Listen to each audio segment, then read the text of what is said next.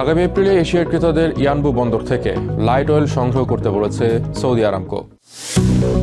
ট্রাম্পের 48 ঘন্টার আল্টিমেটামেও দৃঢ় অবস্থানে ইরানের জনগণ। হিজবুল্লাহর ঘাঁটি হিসেবে পরিচিত দক্ষিণ লেবাননকে বিচ্ছিন্ন করার নির্দেশ ইসরায়েলি বাহিনীর, নিজ ভূমিতে ফেরার আকুতি বাস্তুচ্যুত লেবানিজদের। এবং ওমানে বন্যায় গাড়ি ভেসে গিয়ে 5 জনের মৃত্যু। মধ্যপ্রাচ্যের রাজনৈতিক, অর্থনৈতিক সহ সবশেষ খবরাখবর আপনাদের সামনে এক নজরে তুলে ধরছি আমি, শোয়েব আক্তার।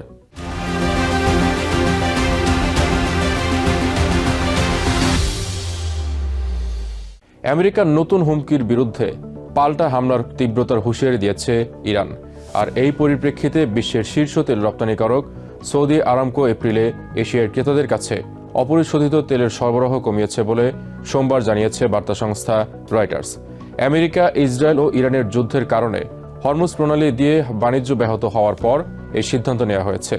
সৌদি সূত্র জানিয়েছে, উৎপাদক প্রতিষ্ঠানটি এপ্রিলে চুক্তিভিত্তিক ক্রেতাদের জন্য শুধুমাত্র ইয়ানবু বন্দর থেকে রপ্তানিকৃত আরব লাইট অপরিশোধিত তেল সরবরাহ করছে।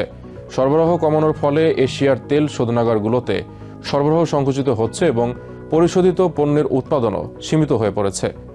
বিশ্লেষণী প্রতিষ্ঠান কেপলার এর তথ্যানুযায়ী মার্চে এখন পর্যন্ত সৌদি আরব প্রতিদিন 4.355 মিলিয়ন ব্যারেল তেল রপ্তানি করেছে, যা ফেব্রুয়ারির 7.108 মিলিয়ন ব্যারেলের তুলনায় কম।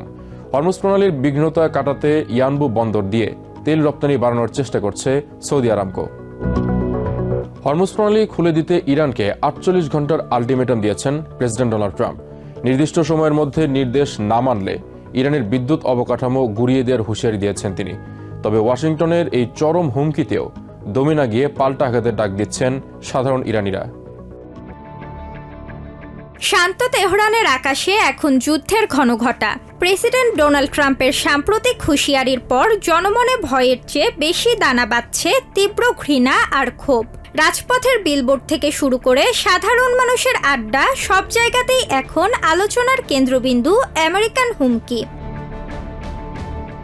শহরের দেয়ালে দেয়ালে শোভা পাচ্ছে প্রয়াত সর্বোচ্চ নেতা আয়াতুল্লাহ আলী খামেনি এবং আইআরজিসি কমান্ডারের ছবি। শ্রীলঙ্কা উপকূলে টর্পেডোর আঘাতে বিধ্বস্ত ইরানি নৌবাহিনীর ফ্রিগেটের স্মরণে বসানো হয়েছে বিশাল ব্যানার, যা ইরানিদের দেশপ্রেম আর ত্যাগের প্রতীক হিসেবে দেখা হচ্ছে।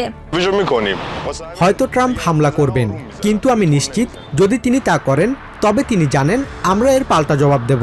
তাই আঘাত করলেও তিনি খুব বেশি জোর দেখানোর সাহস পাবেন না। রাজপথের মোড়ে মোড়ে সতর্ক অবস্থানে রয়েছে সশস্ত্র নিরাপত্তা বাহিনী। ট্রাম্পের 48 ঘন্টার আল্টিমেটাম শেষ হওয়ার মুখে দাঁড়িয়ে তেহরানের বাসিন্দারা বলছেন, দেশের অবকাঠামো ক্ষতিগ্রস্ত হলেও তারা পিছু হটবেন না। যদি তারা আমাদের বিদ্যুৎ কেন্দ্রে হামলা চালায় তবে বড়জোর 6-7 মাস বিদ্যুৎ থাকবে না, কিন্তু এরপর আইআরজিসিকে অন্তত 10 গুণ বেশি ক্ষতিপূরণ আদায় করতে হবে।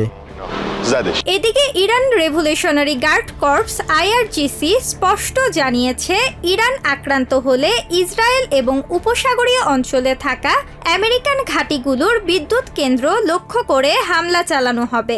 সাধারণ নাগরিকরা বলছেন, হুমকির অপেক্ষায় না থেকে ইরানের উচিত আগে আঘাত করা। ট্রাম্প বলছেন তিনি বিদ্যুৎ কেন্দ্রে আঘাত করবেন। এটা ঘটলে জাতীয় পর্যায়ে বড় সমস্যা হবে।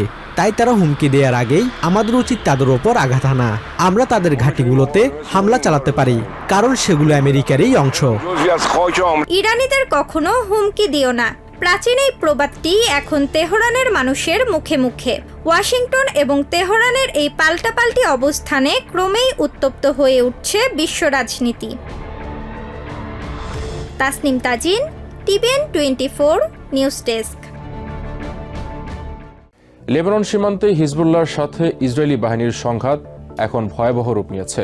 দক্ষিণ লেবাননের সাথে সংযোগকারী প্রধান সেতুগুলো ধ্বংস করে যোগাযোগ বিচ্ছিন্ন করার কৌশল নিয়েছে ইসরায়েল।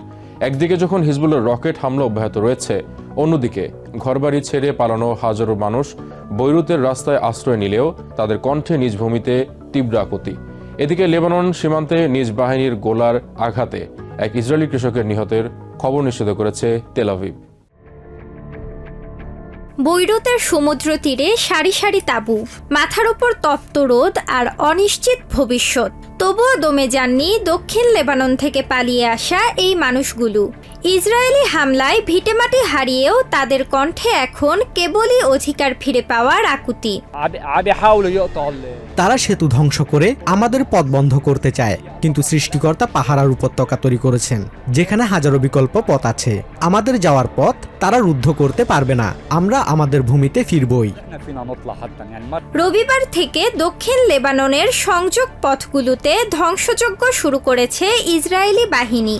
লিটানি নদীর উপরের সবকটি পারাপার এবং সেতু গুড়িয়ে দেওয়ার নির্দেশ দিয়েছেন সেনাপ্রধান লেফটেন্যান্ট জেনারেল আইয়াল জামির। তাদের লক্ষ্য হিজবুল্লাহর শক্ত ঘাঁটি হিসেবে পরিচিত দক্ষিণ অঞ্চলকে অবরুদ্ধ করা। তবে বাস্তুচ্যুতরা বলছেন ধ্বংস আর পুনর্গঠনের এই চক্র তাদের কাছে নতুন কিছু নয়।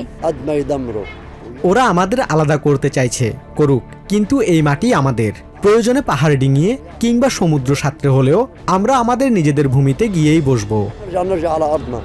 সীমান্তের এই সংঘাতের আঁচ এখন দুই প্রান্তেই সমান। তবে এর মধ্যেই উত্তর ইসরায়েলের মিসকাব আম এলাকায় ঘটে গেছে অনাকাঙ্ক্ষিত ঘটনা। গত রবিবার গোলার আঘাতে প্রাণ হারান 60 বছর বয়সী ইসরায়েলি চাষি ওফার মোস্কোভিচ। প্রাথমিকভাবে হিজবুল্লাহকে এই হামলার জন্য দায়ী করা হলেও সোমবার আইডিএফ স্বীকার করেছে যে এটি ছিল তাদের নিজস্ব বাহিনীর একটি মারাত্মক পরিচালনাগত ত্রুটি।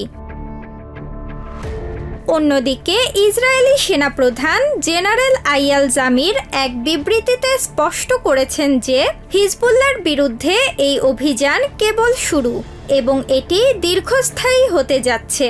ইতোমধ্যে বাস্তুচ্যুত হয়েছেন 1 মিলিয়ন লেবানিজ। আন্তর্জাতিক আইন লঙ্ঘন করে বেসামরিক স্থাপনা ধ্বংসের দায়ে জাতিসংঘ উদ্বেগ প্রকাশ করলেও যুদ্ধের তীব্রতা থামার কোনো লক্ষণ নেই। Tasnim Tazin, TVN 24 news desk. ওমানে 24 ঘন্টায় প্রবল বৃষ্টিতে সৃষ্ট পাহাড়ি ঢল ও আকস্মিক বন্যায় গাড়ি ভেসে গিয়ে অন্তত 5 জন প্রাণ হারিয়েছেন। সোমবার দেশটির কর্তৃপক্ষ এই তথ্য জানিয়েছে। ওমানের সিভিল ডিফেন্স ও অ্যাম্বুলেন্স কর্তৃপক্ষ জানায় বারকা প্রদেশের একটি নদী খাতে 10 জন আরোহী সহ একটি গাড়ি বন্যার তীব্রতায় তড়ে ভেসে যায়। এদের মধ্যে 7 জনকে জীবিত উদ্ধার করা সম্ভব হলেও বাকি 3 জনের মরদেহ পরে উদ্ধার করা হয় বলে জানিয়েছে রয়টার্স। পৃথক এক ঘটনায় আল মাউইল প্রদেশে বন্যার পানিতে গাড়ি ভেসে গিয়ে 2 নাগরিকের মৃত্যু হয়েছে। কর্তৃপক্ষ জানিয়েছে তাদের মরদেহ উদ্ধার করা হয়েছে। ভারী বৃষ্টির প্রভাবে দেশটির বিভিন্ন স্থানে এমন পরিস্থিতির সৃষ্টি হয়েছে বলে জানানো হয়েছে। এক নজরে প্রতিদিন মধ্যপ্রাচ্যের খবর জানতে চোখ রাখুন TVN 24 নিউজ নেটওয়ার্কের ইউটিউব ও ফেসবুক পেজে। নিউ ইয়র্ক থেকে সম্প্রচারিত TVN 24 টেলিভিশন বিশ্বজুড়ে বাঙালির কণ্ঠস্বর।